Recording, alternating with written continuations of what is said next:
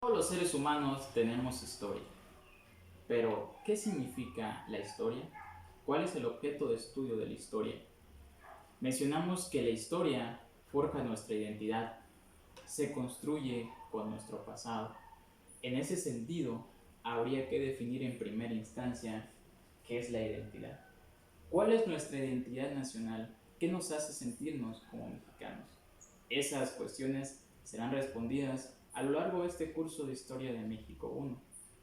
Pues bien, empecemos para abordando este concepto de identidad. Nuestra identidad se construye con el pasado, las cosas que existieron antes de nosotros.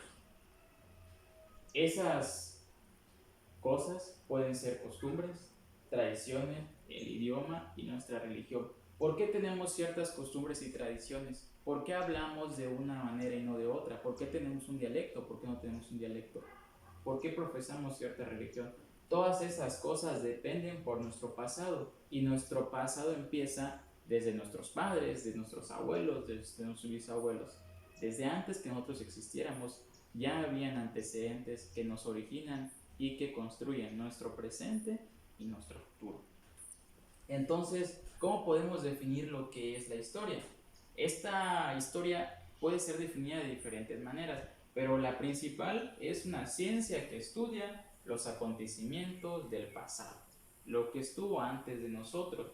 Sin embargo, la historia tiene diferentes significados, y de ahí se dice que tiene una polisemia. La polisemia, este prefijo poli, significa muchos.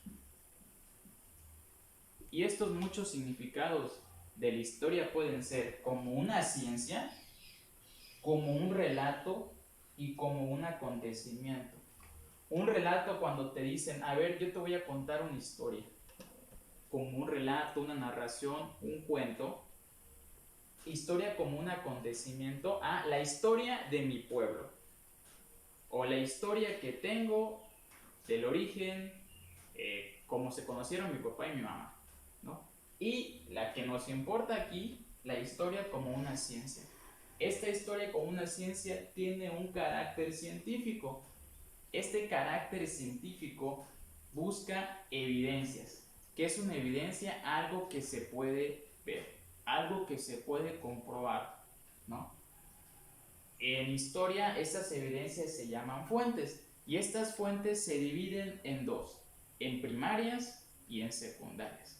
Las fuentes primarias son aquellas que se producen en la época, en el lugar en donde se dio el acontecimiento.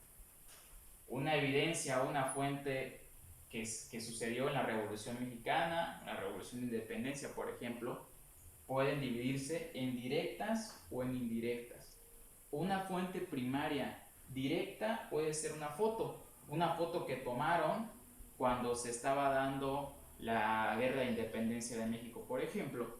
O una fuente primaria indirecta puede ser una moneda que se tuvo en la Revolución Mexicana.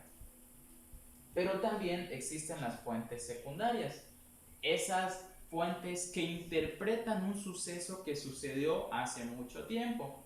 Un ejemplo de ello puede ser una película, y una referencia obligada sería la película, por ejemplo, de Apocalipto, que interpreta a su manera las culturas prehispánicas, hablando de un caso específico, la cultura maya. Nuestro libro de Historia de México 1 pertenece a una fuente secundaria porque está interpretando ciertos sucesos. Una conferencia puede ser otra fuente secundaria.